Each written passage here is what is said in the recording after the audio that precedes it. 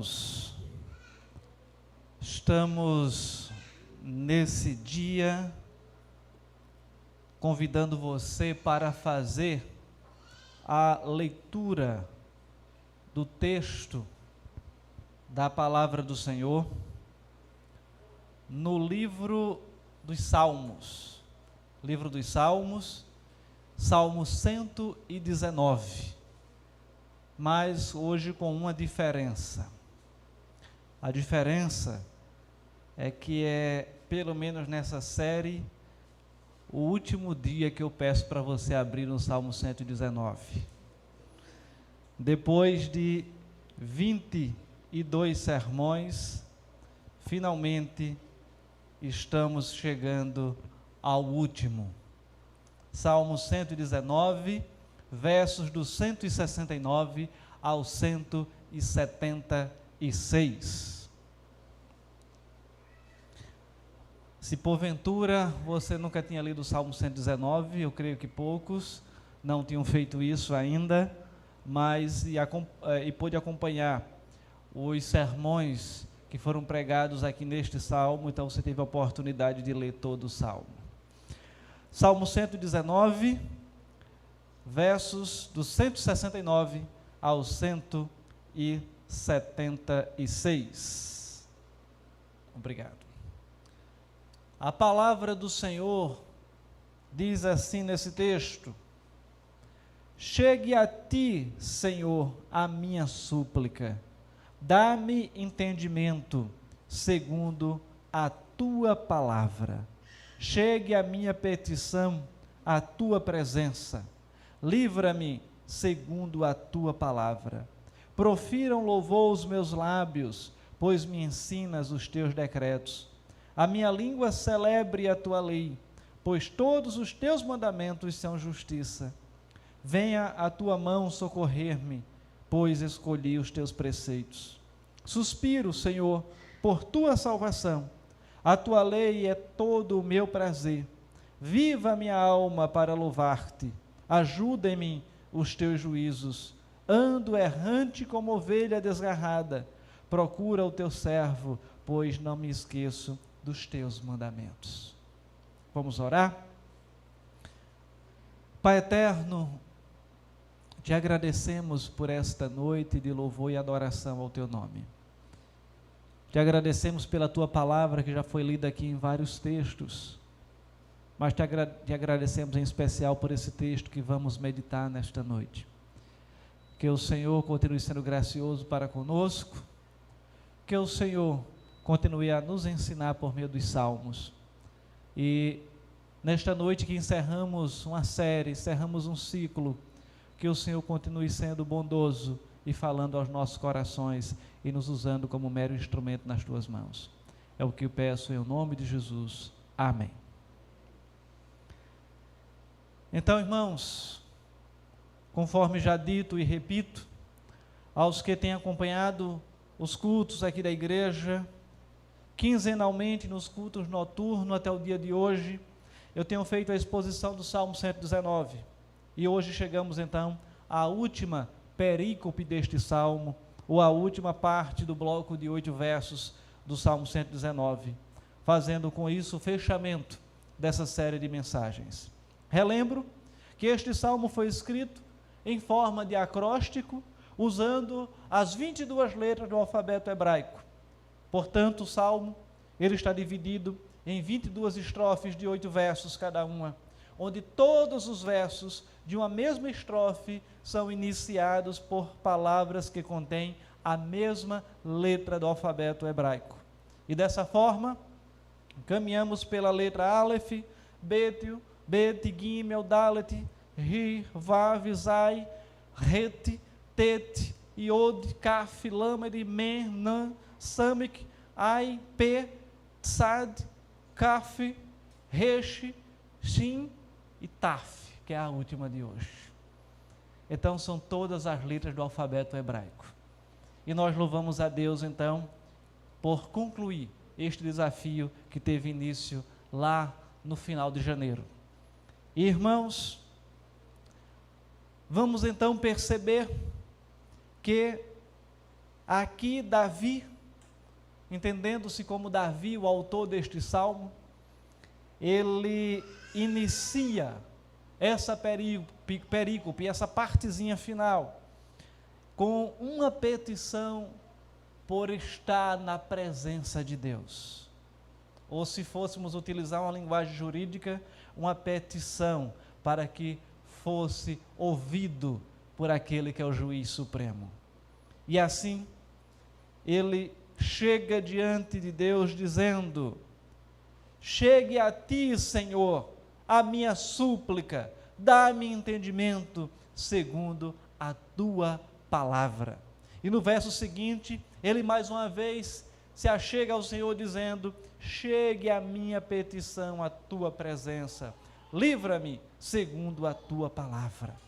Ele chama então a sua oração de clamor, o que vai significar uma oração que ele está fazendo com fervor, com veemência e também com súplica, no verso seguinte, de maneira que vai significar a humildade que ele chega diante de Deus, o que implica numa atitude que se deve ter para com Deus quando se achegar na presença dele, mediante nossas orações, que é chegar na presença de Deus, clamando com intensidade, mas também como um pedinte, suplicando, dizendo: Senhor, eu estou diante de ti porque eu preciso desta bênção, eu preciso desta graça, eu preciso que o Senhor me conceda isso. E o salmista, ele estava preocupado para que a sua oração chegasse de fato na presença de Deus, chegasse perto dele, ou seja, que ele pela fé tivesse graça e força e fervor para elevar suas orações, que nenhuma culpa se interpusesse para impedir o ingresso das suas orações na presença de Deus, e que Deus recebesse graciosamente, misericordiosamente a sua petição e desse a ele a devida atenção. Sua preocupação era para que a sua súplica chegasse perante Deus, e assim indica do seu caráter um profundo senso de indignidade, ou um profundo senso de temor santo, de que sua oração não fosse apropriada diante do Rei do Universo, do Deus Pai Todo-Poderoso. E nesse contexto vale ressaltar que ele estava certo, porque na verdade nenhuma de nossas orações teria acesso à presença de Deus se não fosse por uma pessoa. E essa pessoa é o Senhor Jesus Cristo. Se não fosse por Jesus, se não fosse Ele o nosso intermediário, se não fosse Ele o nosso advogado fiel, se não fosse Ele o nosso intercessor, jamais oraríamos direto ao Senhor e Ele atenderia a nossa oração. E é por isso que o salmista, mesmo na expectativa do Messias, mesmo na expectativa da concretização das promessas de Deus, a oração dele ingressa à presença do Pai, já no cumprimento futuro da promessa, mas é em Cristo Jesus, mesmo que ele não manifeste isso em palavras.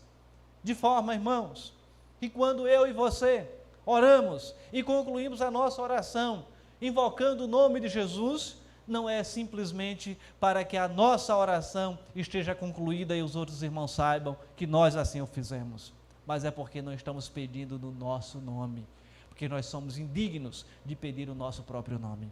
Nós estamos pedindo no nome daquele que é o nosso Salvador, o Senhor Jesus Cristo. Mas, irmãos, é necessário ainda destacar que ele age assim para apresentar dois pedidos particulares diante de Deus. O primeiro, que Deus, por meio de sua graça, dê-lhe sabedoria para ele se conduzir bem em meio aos seus problemas. Veja o que é que ele diz aqui: chegue a ti, Senhor, a minha súplica, dá-me entendimento. Esse era o conteúdo da sua súplica, dá-me entendimento.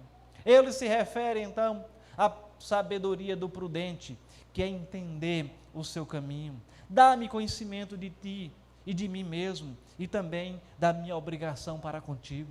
Esse era o sentido da oração do salmista.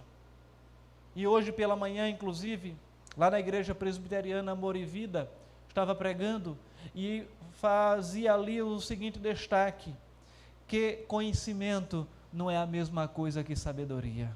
Conhecimento não é a mesma coisa que sabedoria. Você pode conhecer uma infinitude de coisas. Suponhamos que você tenha uma memória fantástica, ou quem sabe até fotográfica, mas se você não tiver sabedoria para usar esse conhecimento, se eu não tiver sabedoria para usar esse conhecimento não vai passar de mero conhecimento arquivado em um HD ou em um SSD, que é agora o drive mais moderno de armazenamento, ou um dos mais modernos. De maneira, irmãos, que nós precisamos, como o salmista assim estava, pedindo sabedoria para ter o conhecimento e como aplicar esse conhecimento, como se comportar diante desse conhecimento, e isso sim é sabedoria. Mas o segundo motivo que ele age assim, que ele se apresenta diante de Deus, é que Deus, por meio de sua providência, salve-o das suas tribulações. Veja o que é que ele diz na sequência: chegue a minha petição à tua presença, livra-me segundo a tua palavra. Então ele pede para que o Senhor o livre, ou seja, que forneça um caminho de escape para as suas adversidades. E ele enfatiza, segundo a tua palavra. Isso dirige e limita seus desejos. Então ele estava dizendo: Senhor, dai-me entendimento como prometeste e libertação como prometeste, porque está de acordo com a tua palavra, de acordo com as tuas promessas. Não peço outra coisa. E isso também, irmãos, encoraja a sua fé e a sua expectativa. Então ele clama ao Senhor, confiado na palavra, nas promessas do Senhor. E quando se trata desse livramento que o Senhor dá, podemos fazer uma conexão com o texto que se encontra na primeira carta de Paulo aos Coríntios, no capítulo 10, versículo 13. Abra sua Bíblia nesse texto. Primeira carta de Paulo aos Coríntios, capítulo 10, versículo 13, que é promessa do Senhor em momento de tribulação, em momento de tentação em especial. Pois o texto diz assim: não vos sobreveio tentação que não fosse humana, mas Deus é fiel e não permitirá que sejais tentados além das vossas forças. Pelo contrário, juntamente com a tentação, vos proverá livramento, de sorte que a possais suportar. Sabe o que é isso aqui, irmãos? Promessa de Deus. E se a palavra dele promete, nós precisamos nos agarrar a esta promessa e confiar nela, que ela haverá de ser cumprida no nosso viver, nos dias de hoje.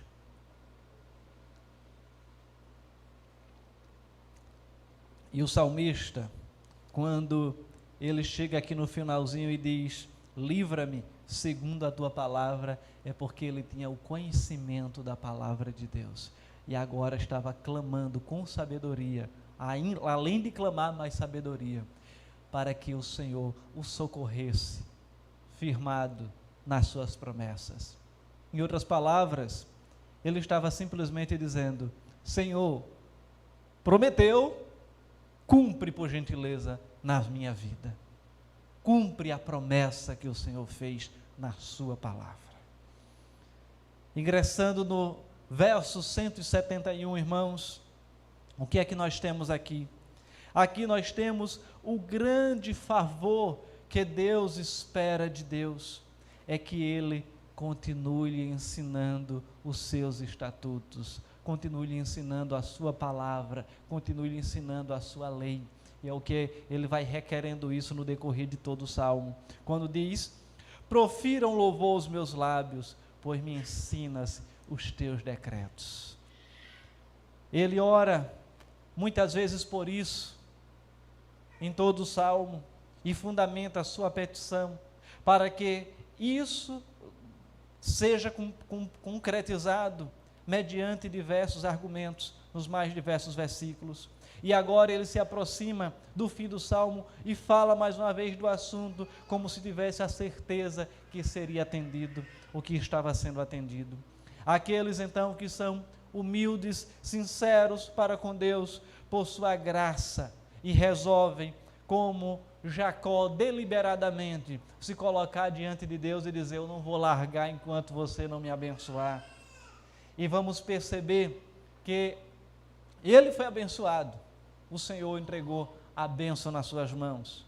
E nós, irmãos, quantas vezes labutamos em oração diante das nossas tribulações, ou diante das nossas necessidades, por nós ou por outros em intercessão, e talvez a gente ore confiado apenas nas nossas próprias palavras ou nossas petições, mas é necessário irmos além, orarmos confiados nas promessas de Deus, conforme o salmista aqui faz. Na sequência, encontramos o sentimento de gratidão que ele promete ter ao ser ensinado pela palavra de Deus. E aqui diz o início do 71, profiram louvor os meus lábios. 171. E a razão de proferir louvor é, pois me ensinas os teus decretos. Então, irmãos, ele tem motivo para louvar a Deus. Os que são ensinados por Deus têm muitos motivos para ser agradecidos, pois esse é um dos fundamentos da bênção eterna, das bênçãos eternas.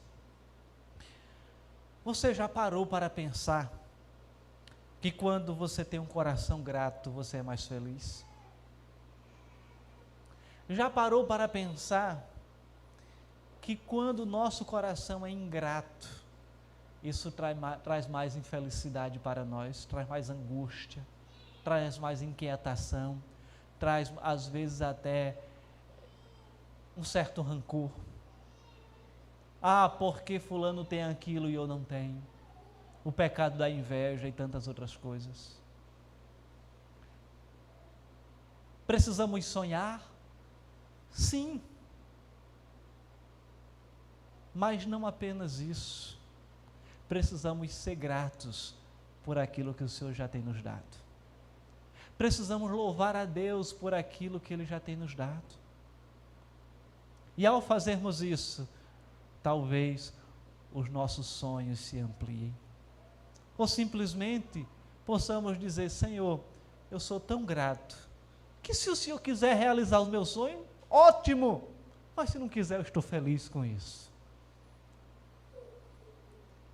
E a gratidão, irmãos, ela é uma bênção que invade os nossos corações e nos faz viver mais alegres, nos faz ter uma vida mais contagiante, uma vida de louvor e adoração ao Senhor pelo que Ele tem feito. Você é grato por estar respirando? Você é grato por estar enxergando?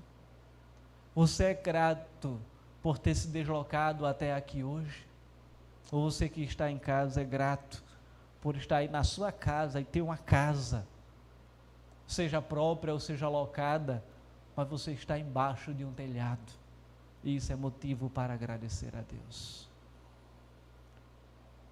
Irmãos, precisamos ser gratos pela nossa família, gratos pelo pão de cada dia, gratos pelas mínimas coisas, e ao fazermos isso, eu tenho certeza, eu e você viveremos melhor, viveremos mais felizes. E o que o salmista externa aqui é a gratidão pelo conhecimento que a palavra do Senhor, ou que o Senhor tem dado a ele, da sua própria palavra, dos seus decretos. Na sequência, ele deve saber também como louvar a Deus e ter um coração direcionado a isso, pois todos que são ensinados por Deus aprendem esta lição, que quando Deus abre o entendimento, abre o coração, e assim abre os lábios para que a boca possa mostrar seu louvor a Deus.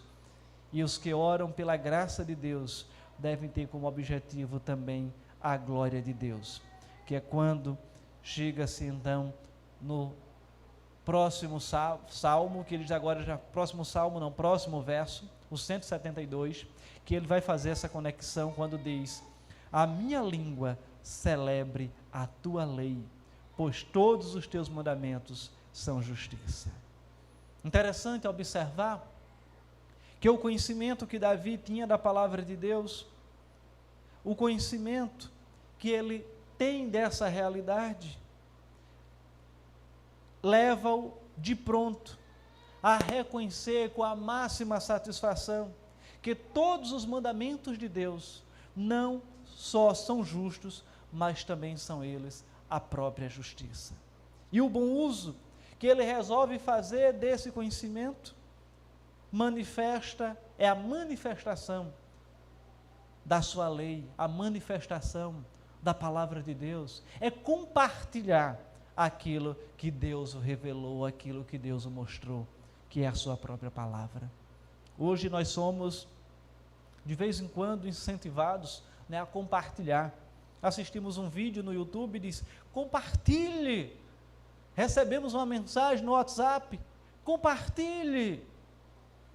E nós já temos esse senso de compartilhamento dito lá no passado, quando o próprio Senhor Jesus disse: ide por todo o mundo, e parafraseando, compartilhai o Evangelho, compartilhai o meu Evangelho.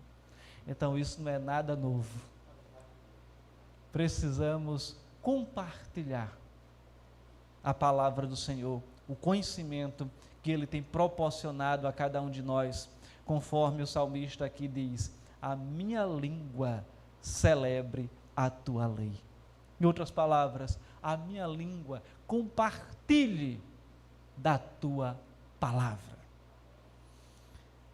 E assim, cabe ressaltar que ele discursaria a lei do Senhor para a instrução e a edificação de outros, o louvor do qual ele mesmo estava repleta.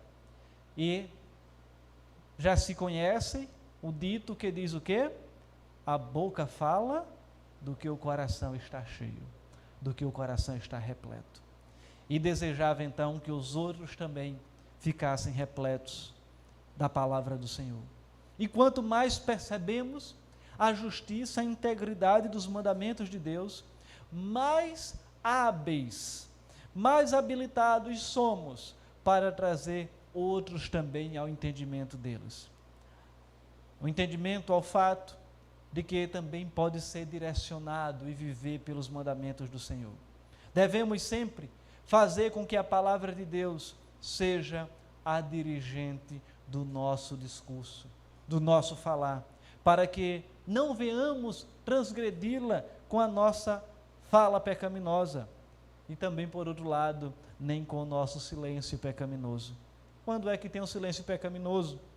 Quando nós deveríamos falar e não falamos, quando deveríamos compartilhar e não compartilhamos. Assim, somos desafiados a nos alimentarmos, a sermos ministrados pela palavra do Senhor às nossas vidas, mas ao mesmo tempo ministrarmos essa palavra a outros irmãos, a outras pessoas. E prosseguindo um pouco mais, ingressamos agora nos versos 173 e 174, onde Davi ora para que a graça divina opere nele, quando o texto assim diz: venha a tua mão socorrer-me, pois escolhi os teus preceitos. Suspiro, Senhor, por tua salvação, a tua lei é todo o meu prazer. Davi então ora para que a graça divina venha sobre ele, para que venha socorrê-lo. Ele acha então que as suas próprias atitudes não são suficientes, nem nenhuma criatura poderia lhe ajudar neste propósito. Por isso ele levanta os seus olhos para Deus na esperança de que o arquiteto que o fez, a mão que o fez, também o socorra. Pois se o Senhor não o ajudasse, nenhuma outra criatura o faria. E devemos então esperar toda a nossa ajuda de Deus, do seu poder e da sua generosidade. Quando ele assim diz: venha a tua mão socorrer-me, pois escolhi os teus preceitos. Em outras palavras, dá até a entender que ele estava aqui sofrendo uma perseguição, porque ele tinha escolhido ser fiel. E ele diz: Senhor, eu escolhi seguir os teus preceitos, eu escolhi seguir a tua palavra, e agora estou sendo perseguido por causa disso. Vem socorrer-me, vem me ajudar, porque os que estão aqui à minha volta, eles não poderão fazer isso, se o Senhor não fizer. E ele então pede o que a graça divina já faz nele, mas como um pedido adicional de socorro, de misericórdia.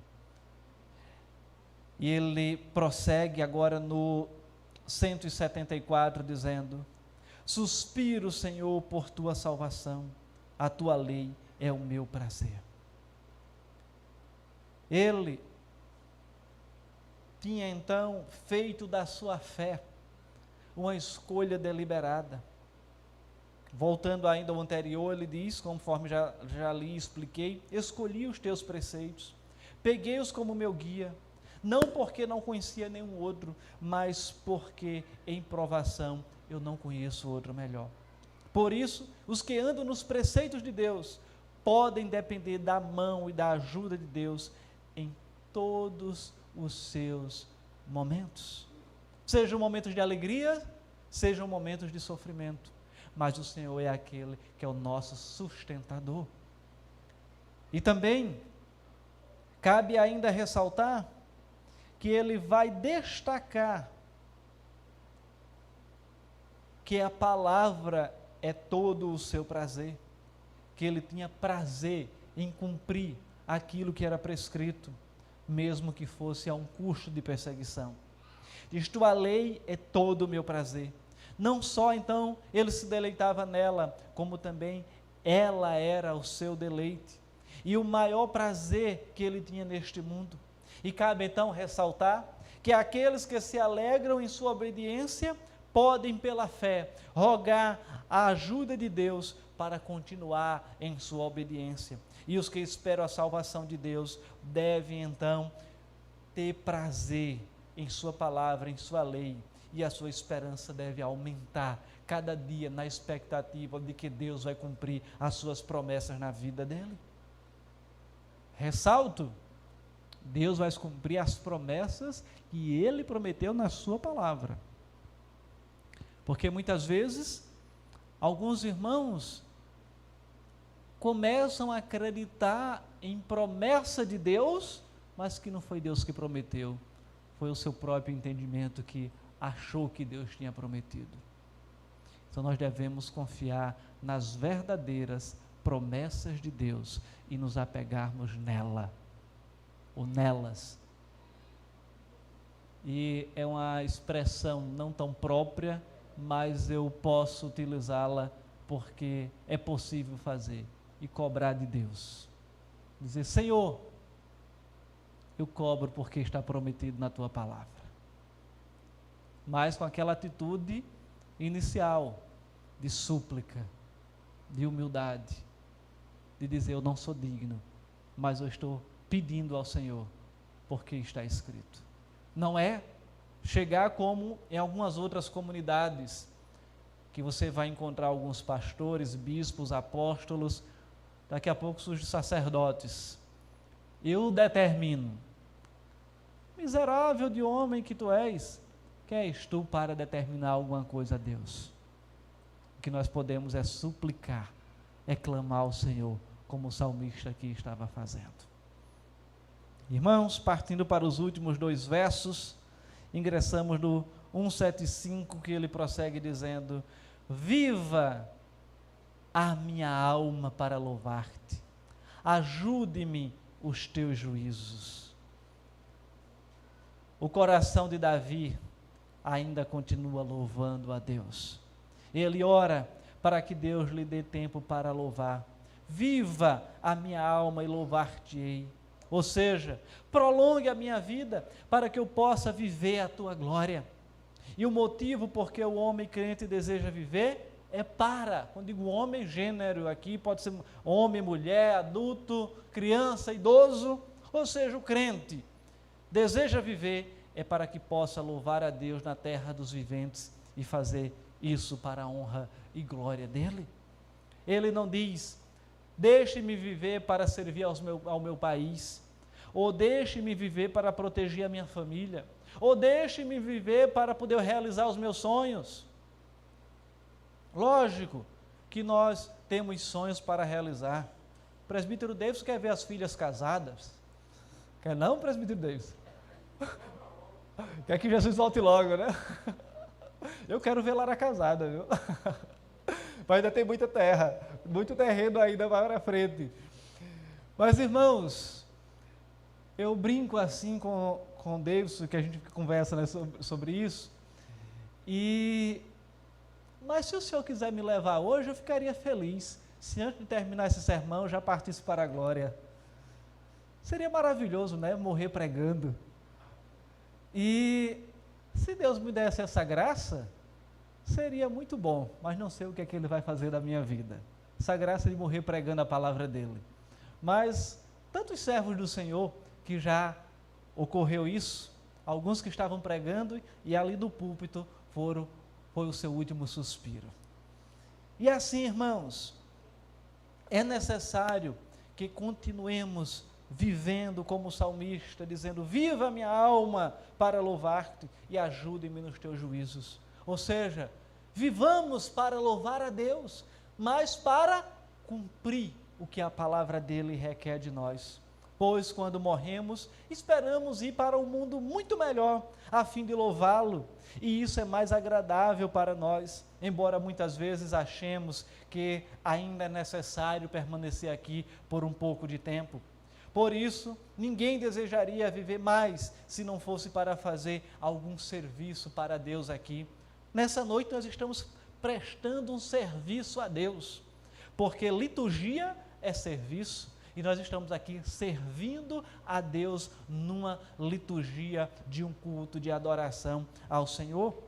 E o salmista então diz, viva minha alma, ou seja, deixe-me ser santificado, consolado, pois a santificação e o consolo são a vida da alma, e assim ele passaria a louvar ao Senhor, ou continuaria louvando ao Senhor enquanto vivesse.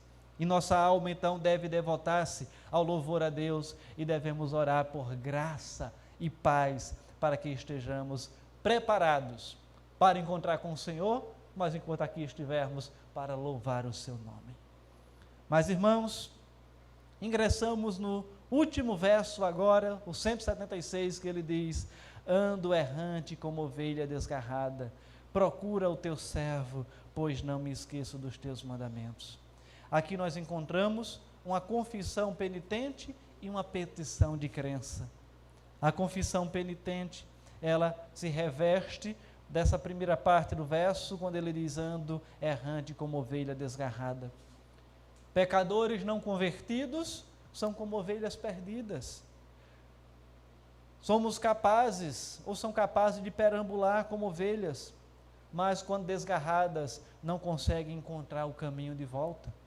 E o salmista, ele aqui diz que quando se encontrava em pecado, ele andava como uma ovelha desgarrada.